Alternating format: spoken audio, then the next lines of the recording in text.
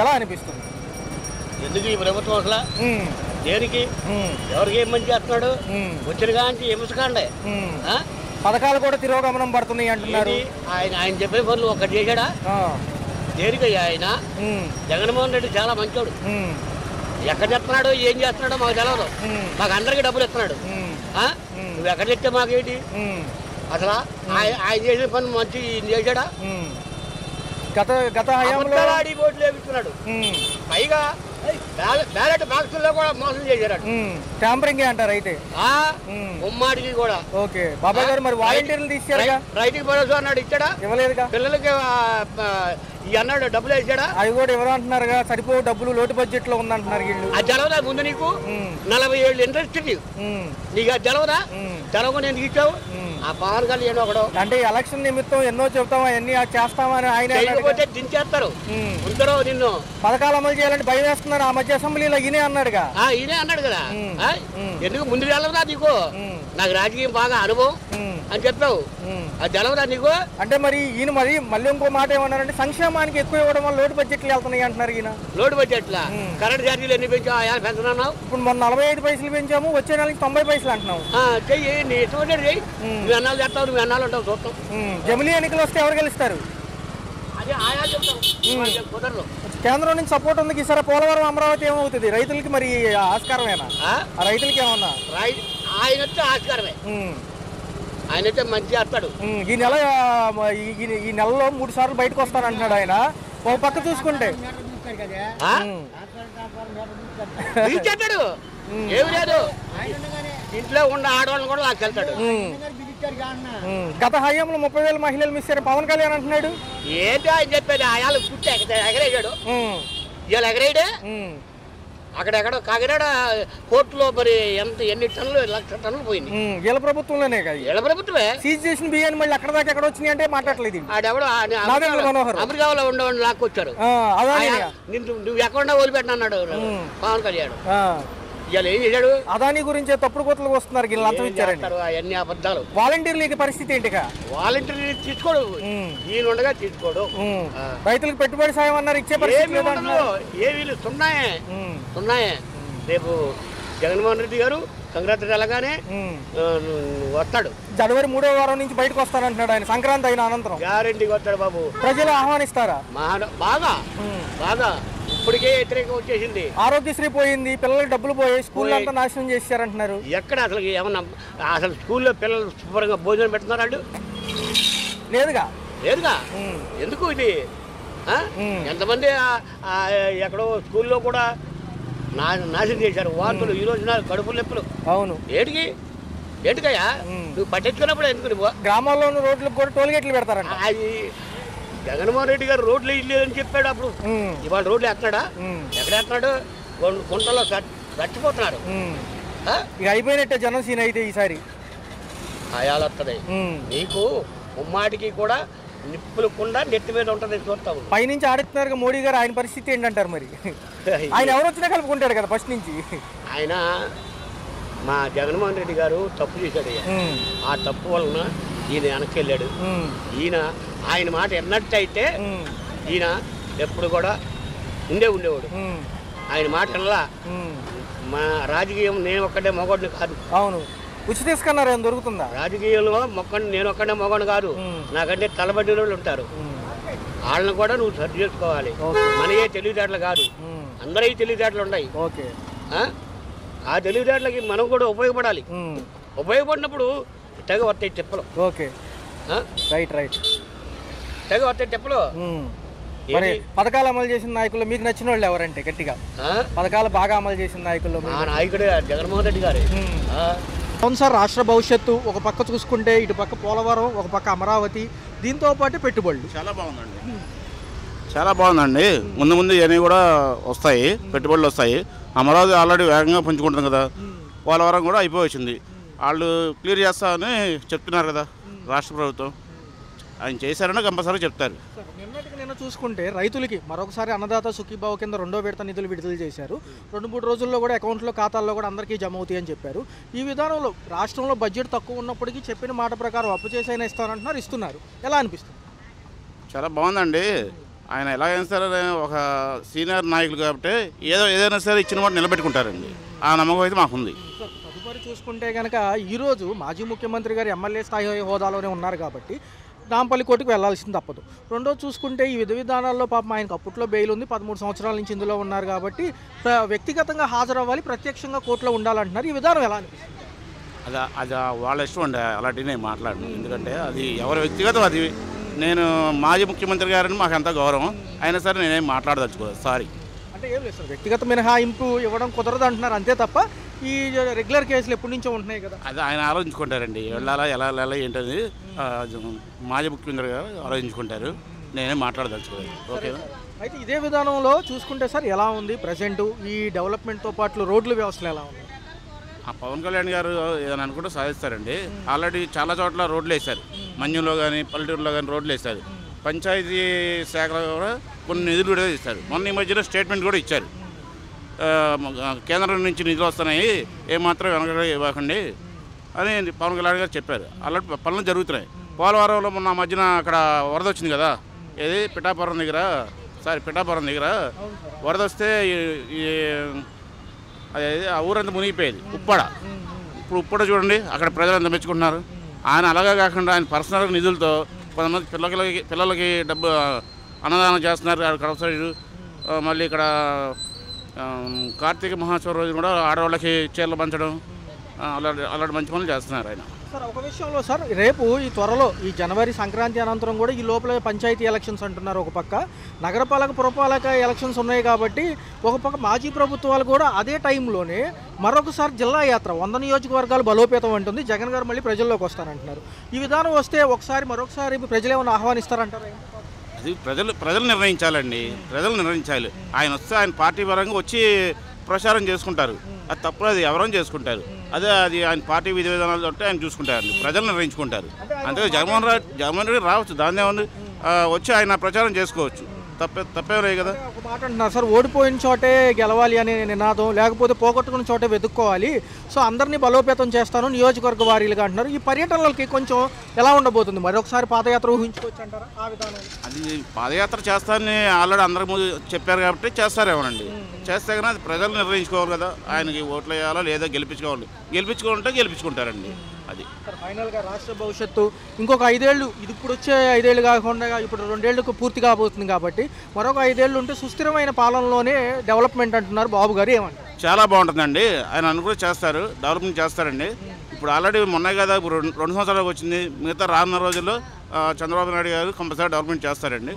అది ఆ నమ్మకం ఉంది. నమస్కారం మేడం గారు. చూసుకున్నట్లయితే రాష్ట్రంలో కూటమి ప్రభుత్వ పాలన ఉంది. అంతకుముందు జగన్మోహన్ రెడ్డి గారి పరిపాలన చూశారు. ఏంటి మరి సంక్షేమం లేకపోతే అభివృద్ధిలో మీరు ఏదైనా ఎలిజిబిలిటీ లిస్ట్లో ఉండి కూడా అందుకోవట్లేదా? అంటే ఆయన ఫస్ట్ ఆయన ఉన్నప్పుడు పాపం బాగానే చేశాడు. పెన్షన్ వచ్చింది, అందరినీ బాగానే చేశాడు. కానీ ఇప్పుడు ఇస్తామంటున్నారు, మరి ఏం చేయట్లేదు అయ్యా. అంతే, ఏం రావట్లేదు మీకు. నాకు ఇంటికి ఇచ్చారయ్యా కాగితాలు, అది రాలేదయ్యా. నాకు ఎవరు లేరయ్యా. నేను ఈ వారం పెట్టి రాగిజావు అమ్ముకుంటా. ఆయన చేసినప్పుడు బాగానే ఉంది. ఇప్పుడు చంద్రబాబు నాయుడు వచ్చాడు, ఈయన బస్సులు ఫ్రీ పెట్టాడు, అంతా బాగానే ఉంది అయ్యా, బాగానే. కానీ ఈ పైన ఉన్న నాయకులు తినేస్తున్నారు. ఇంక ఇంతే బాబు, ఆయన బాగానే చేశాడు, ఈయన బాగానే చేశాడు, కానీ పైన ఉన్న నాయకులు తినేస్తున్నారు బాబు. జగన్ గారు ఏమంటున్నారంటే మరొకసారి నేను సంక్రాంతి పండగ అనంతరం కూడా ప్రజల్లోకి మరొకసారి యాత్రగా వస్తాను, అన్ని జిల్లాలు తిరుగుతానంటున్నారు. మరి ఈసారి ప్రజలు అవకాశం ఇస్తారా? ఆయన ఏమంటున్నారంటే ఓడిపోయిన చోటే గెలవాలి, పోగొట్టుకున్న చోటే వెతుక్కోవాలంటున్నారు.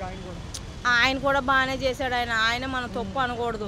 ఆయన తోసినట్టు ఆయన చేశాడు, ఈయన తోసినట్టు ఈయన చేశాడు, కానీ ఈ మధ్యనున్న నాయకులు తినేస్తున్నారు బాబు. అంటే పాదయాత్ర చేయడం మంచిదేనంటారు మళ్ళీ ఒకసారి గెలవడానికి? ఆయన మంచిదేనా, ఆయన దేవుడే, ఈయన దేవుడే. మరి ఆయన దాని మీద అభిప్రాయం ఆయన మీద ఉంటది. ఇంకా జగన్ గారు జైలుకి కూడా వెళ్ళొచ్చి రావడం జరిగింది. అయితే ఏంటంటే ఇప్పుడు హోదా లేదు కదా, ముఖ్యమంత్రి హోదాలో లేరు కాబట్టి కోర్టు కేసులు మళ్ళీ కూడా ఆయనే రమ్మంటున్నారు, డైరెక్ట్గా కోర్టుకి రమ్మంటున్నారు. గతంలో వెళ్ళాల్సిన పని లేదు, లాయర్లు ఉండేవాళ్ళు అక్కడ మేనేజ్ చేసేవాళ్ళు. ఇప్పుడు రమ్మంటున్నారు. కరెంటు బిల్లులు ఎంత వస్తున్నాయి, నెలవారీ ఖర్చులు ఎలా ఉన్నాయి, నిత్యావసర సరుకులు ధరలు, కరెంటు బిల్లు, ఈ నిత్యం ఖర్చులు కూడా పెరిగిపోతున్నాయి కదా నాన్న, పెరిగిపోతున్నాయి, చాలా పెరిగిపోతున్నాయి అయ్యా. ఇంకా ఎలా ఉంటుంది మరి? కరెంటు బిల్లులతో పాటు మీకు డిపోలో రేషన్ ఇస్తున్నారు కాబట్టి తీసుకునే ఇబ్బంది ఏమైనా ఉందా? ఆ ఇబ్బంది లేదు, బాగానే ఉంటుంది. ఆయన బాగానే చేశాడు, ఇప్పుడు ఈయన కూడా బాగానే చేస్తున్నాడు. బాగానే మరి పోలవరం అమరావతి అయితే కనుక విజయవాడ కానివ్వండి చుట్టుపక్కల ఆంధ్రప్రదేశ్ అంతా డెవలప్ అయ్యింది, పిల్లలు ఇక్కడే ఉంది ఉద్యోగాలు చేసుకోవచ్చు, కంపెనీలు కూడా వస్తాయి అంటున్నారు, ఏమంటారు?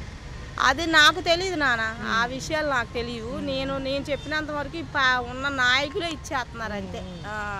హైదరాబాద్ తరహాలోనే మనకు కూడా కంపెనీలు వస్తే బాగుంటుందిగా, మన పిల్లలు మనవరాలు మంచిదేనా, అందరూ బతుకుతారు.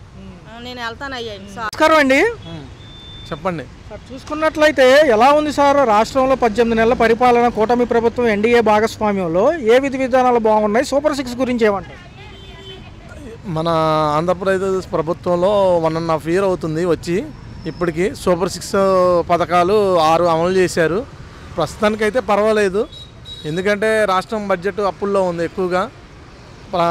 ఇంకా చంద్రబాబు నాయుడు గారు ఎలానో సాధించాలని ఎంఎస్సి ఎంఈఓలు వీళ్ళంతా ఇది కంపెనీలతో ఒప్పందం, ఇవాళ సాఫ్ట్వేరు ఇవాళ కష్టపడతా ఉన్నారు. మరి ఇదే విధానంలో చూసుకుంటే మొన్న విశాఖపట్నంలో పెట్టుబడుల సదస్సు జరిగింది, సిఐఐ సదస్సు. మరి ఆ విధానంలో 30 లక్షల ఉద్యోగాలు ఇవ్వడానికి అవకాశం ఉంది. మేము చేసుకునే ఇప్పుడు ఈ మ్యూచువల్ అండర్స్టాండింగ్ ఒప్పందాలు కంపెనీలతో ఏదైతే ఉందో గత ప్రభుత్వాల్లాగా కాకుండా పారదర్శకత్వంగా నిజంగా చేసుకుంటున్నాం అంటున్నారు, ఏమంటారు? అంటే పారదర్శకంగా అంటే ఇప్పుడు ఇది మనం అనేది ఏంటంటే ఏమి రియాలిటీ లేనిది రాకుండా ఉండరుగా, వాళ్ళే కంపెనీల వాళ్ళు సీఈఓలే చెప్తున్నారు, మరి నమ్మాల్సి వస్తుంది. అది పరిస్థితి ఏంటంటే ఇదివరకు సీఈఓలు వేరే కంపెనీ వేరే జగన్ ప్రభుత్వంలో అనేది సీఈఓలు ఎవరు చెప్పలేదు మనకి, ఇక డైరెక్ట్గా సీఈఓలు వాళ్ళ కంపెనీలో ఇది హెడ్లు చెప్తున్నారు. ఇది చూస్తే ఒక రకంగా నమ్మకసక్యంగానే ఉంది. ఒక పక్క చూసుకుంటే జగన్మోహన్ రెడ్డి గారు గతంలో ఈ అక్రమాస్తి కేసులో ఎప్పుడైతే రాజశేఖర రెడ్డి హయాంలో పదవి ఉంది కాబట్టి రాజశేఖర రెడ్డి గారికి ఆయన హయాంలో జరిగిన అక్రమాస్తి కేసులకు సంబంధించి జగన్మోహన్ రెడ్డి గారు గతంలో 18 నెలలు జైల్లో ఉన్నారు. అయితే 2013 ఆ సమయంలో బెయిల్ వచ్చింది, బయటకు వచ్చారు. 13 ఏళ్ల నుంచి బెయిల్ మీదే ఉన్నారు. రెండోది ముఖ్యమంత్రి పదవి వచ్చాక ఆయన గైర్హాజరవుతున్నారు కోర్టుకి. ఈ విధానంలో నాంపల్లి కోర్టు ఈరోజు రమ్మంది, సిబిఐ కేసు కాబట్టి ఖచ్చితంగా వచ్చి వ్యక్తిగతంగా ప్రత్యక్షంగా కోర్టులో హాజరవ్వాలన్నారు. ఆయన కూడా బయలుదేరి వెళ్ళడం జరిగింది, ఏమంటారు దీని గురించి? ఇప్పుడు సామాన్యుడైనా ఎవరైనా రాజ్యాంగం ప్రకారం నడుచుకోవాల్సిందే, సీఎం అయినా వెళ్ళాల్సిందే కోర్టుకి. తప్పు లేకపోతే సీఎంని ఎందుకు పిలుస్తారు? ఇప్పుడు సామాన్యుడే కోర్టుకి వెళ్ళాలని రాయలేదు రాజ్యాంగంలో. ఎవరైనా సీఎం అయినా పిఎం అయినా వెళ్ళాల్సిందే. గత ప్రభుత్వాలు చూస్తే పిఎం అయినా సీఎం అయినా తప్పులు చేసిన వాళ్ళకి నిన్న బంగ్లాదేశ్లో చూస్తే ఉరిశిక్ష చేశారు ప్రధానికి. మరి ఇది కోర్టు అనేది మరి అలానే ఇప్పుడు తప్పు లేకపోతే వెళ్ళి నిరూపించుకోవాలా. గతంలో విదేశీ పర్యటనకి వెళ్ళడానికి కోర్టు నుంచి పర్మిషన్ తీసుకుని వెళ్ళి వచ్చారు జగన్ గారు మొన్న రీసెంట్గానే. మరి ఈ విధానంలో చూస్తే గతంలో ఇచ్చారు కదా ఉపశమనం, అంటే మాజీ ముఖ్యమంత్రి హోదా లేనప్పటికీ ఇవ్వచ్చు కదా, ఏమవుతుంది సార్? ఇప్పుడు సీఎంగా ఉన్న మాత్రాన తప్పదు, మాజీ ముఖ్యమంత్రి అయినా తప్పదు.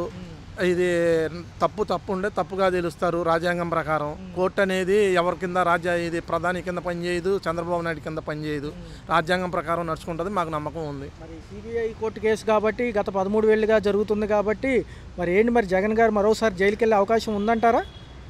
జైలుకి వెళ్ళేది అంటే అక్కడ మనం చెప్పలేము సార్, మేము మామూలుగా నార్మల్ పర్సన్స్ కాబట్టి అక్కడ సాక్ష్యాలు బట్టి ఉంటుంది ఏదైనా. ఇప్పుడు మేము చెప్పాలి అంటే ఇది నార్మల్ పర్సన్స్ మీరు అడుగుతున్నారు కాబట్టి చెప్తున్నాము. ఏంటంటే ఇప్పుడు ఉన్న పరిస్థితుల్లో వెళతారా లేదా జైలుకి అనేది మన జగన్ గారు అనేది ఉన్న సాక్ష్యం బట్టి ఉన్న పర్సన్స్ బట్టి ఉంటుంది. ఫైనల్గా చూసుకుంటే త్వరలో పంచాయతీ ఎన్నికలు ఉన్నాయి, నగర పురపాలక ఎలక్షన్స్ కూడా వచ్చే జనవరి తర్వాత అనంతరం అంటున్నారు. 3 నెలల కాల పరిమితి ఉన్నప్పటికీ కూడా ముందే కండక్ట్ చేస్తామని స్టేట్ ఎలక్షన్ కమిషన్ అంటుంది. మరి ఈ విధి విధానాలు ఎలా ఉండబోతున్నాయి? ప్రభుత్వాలకు సంబంధించి ఈ ఎలక్షన్ కూడా కీలకంగా ఉంటుంది కదా, మొన్న తెలంగాణలో కూడా చూశారు కదా. అదే సార్, రేపు వచ్చే ఇది పంచాయతీ ఎన్నికలు అనేవి కీలకంగా మారుతాయి. ఎందుకంటే దాదాపు రేపు జగన్ గారు కూడా గెలవాలని చూస్తారు. రేపు పొద్దున జిల్లాల పర్యటన అని అంటున్నారు, 100 జిల్లాల పర్యటన అనేది. నాకు తెలిసి 1.5 yearలో ఎవరు ఏమీ చేయలేరు. 4 years తర్వాత చేస్తే జగన్ గారు బాగుంటుందని అనుకుంటున్నా. అప్పుడు జనానికి తెలిసిద్ది. 4 years అవుతుంది, ఇంతవరకు ఏమీ చేయలేదు. మనకు ఆంధ్రప్రదేశ్లో సూపర్ 6 అమలు అన్నారు, అదన్నారు ఇదన్నారు. అది 1.5 yearలో అయితే చేయలేదు కాబట్టి ఇప్పుడు అనేది నా ప్రకారం 4 years చేస్తే మంచిది అనుకుంటున్నాను. సమయం ఇవ్వమని ప్రభుత్వాలు, కూటమి ప్రభుత్వాలు అడుగుతున్నాయి. ఇంకొకసారి కూడా అవకాశం ఇస్తే, ఇప్పుడు వచ్చిన 5 ఏళ్ళు కాకోకుండా నెక్స్ట్ కూడా ఇస్తేనే, సుపరిపాలనలోనే ఒక ప్రభుత్వం కాన్స్టెంట్గా ఉంటేనే డెవలప్మెంట్ చూడొచ్చు అంటున్నారు. మరి ఏమంటారు? రియల్ ఎస్టేట్ ఎలా ఉంది చుట్టుపక్కల? రియల్ ఎస్టేట్ అయితే మాకు వెళ్ళి పర్వాలేదు సార్, ఇంకా పుంజుకోలేదు. ఇది ఇది ఒక ప్రభుత్వం అనేది 5 సంవత్సరాలకు 10-15 సంవత్సరాలు ఉంటేనే మనకి రేపు పొద్దున ఇది రాజధాని లేదు. అమరావతి అవ్వాలంటే మన ఇంట్లోనే మనం చక్కబెట్టుకోలేము పనులు.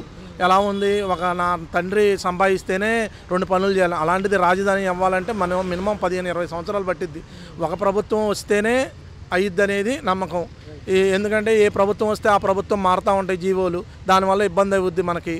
ఎందుకంటే రేపొద్దున ఇది మా భవిష్యత్తు పాడవుతూ ఉంటుంది. ఏది గందరగోళంగా, జనం బాగానే ఉంటారు, రాజకీయ నాయకులు బాగానే ఉంటారు. మరి అది నేను చెప్పేది ఏంటంటే ఒక 15 సంవత్సరాలు 20 సంవత్సరాలు ఈ ప్రభుత్వం ఆ ప్రభుత్వం అని చెప్పను. వస్తే కాన్స్టిట్యూట్గా ఉంటే చేస్తే అప్పుడు నమ్మకం కుదిరిద్ది మాకు. అప్పటి మీద ప్రస్తుతానికి అంతా బాగానే ఉందనిపిస్తుంది.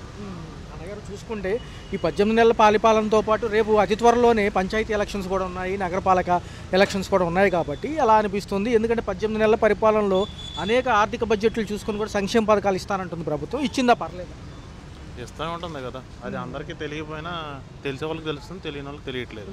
అన్న మొన్న విశాఖ పెట్టుబడి సదస్సులు జరిగాయి, ఎలా ఉంది? కంపెనీలు కూడా వస్తున్నాయి అంటున్నారు. ఇంకొక 5 ఏళ్ళైనా చూడొచ్చు అంటారా? చూడొచ్చండి. అనే చిన్న విషయం ఏంటంటే జగన్ గారు ఉన్నారు కదా, మాజీ ముఖ్యమంత్రి గారు, ఈ రోజు కోర్టుకు హాజరవ్వాలంటున్నారు నాంపల్లి కోర్టులో. ఎందుకంటే గతంలో అక్రమ ఆస్తుల కేసులు ఉన్నాయి 13 ఏళ్ల క్రితం. ఎలా ఉంటుంది? ఎందుకంటే ఎమ్మెల్యే స్థాయి హోదానే ఉంది కాబట్టి, ఇప్పుడు ముఖ్యమంత్రి హోదా లేదు కాబట్టి ఏమంటారు? సామాన్యుడికి వెళ్ళాల్సింది. దాని గురించి నాకు పెద్దగా ఐడియా లేదండి. వెళ్ళాలో లేదా అన్నదే వాళ్ళ ఇష్టం. అన్న సంక్రాంతి అనంతరం కూడా ప్రజల్లోకి వస్తారంటున్నారు మాజీ ముఖ్యమంత్రి గారు. మళ్ళీ జిల్లాల పర్యటన అంటున్నారు. ఇటుపక్క ఈ పంచాయతీ ఎలక్షన్స్ కూడా ఉన్నాయి కాబట్టి ఏదైనా ఎఫెక్ట్ అవ్వచ్చు? ఎఫెక్ట్ ఏమి ఉండదండి. ఎవరి పని వాళ్ళదే కదా, ఎవరి పరిపాలన వాళ్ళదే చేసుకుంటారు. అన్న రైతులకు సంబంధించి నిన్న 2వ విడత కూడా డబ్బులు రిలీజ్ అయ్యాయి, అన్నదాత సుఖీభవ.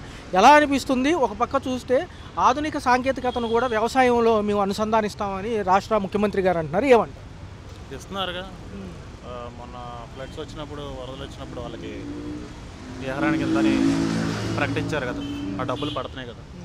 అమరావతి పోలవరం త్వరితగతిన అయితే రియల్ ఎస్టేట్లు ఎలా ఉంటాయి? ఇక్కడ కూడా కొంచెం మనం ఎక్స్పెక్ట్ చేయొచ్చా? మామూలుగా లోపల పల్లెటూర్లు, ఈ చుట్టుపక్కల అమరావతి ప్రాంతాల్లో ఎలా ఉంది? టోటల్గా ఎలా ఉంది రోడ్లు, వ్యవస్థలు ఇవన్నీ? ఇప్పుడు చెప్పాగా.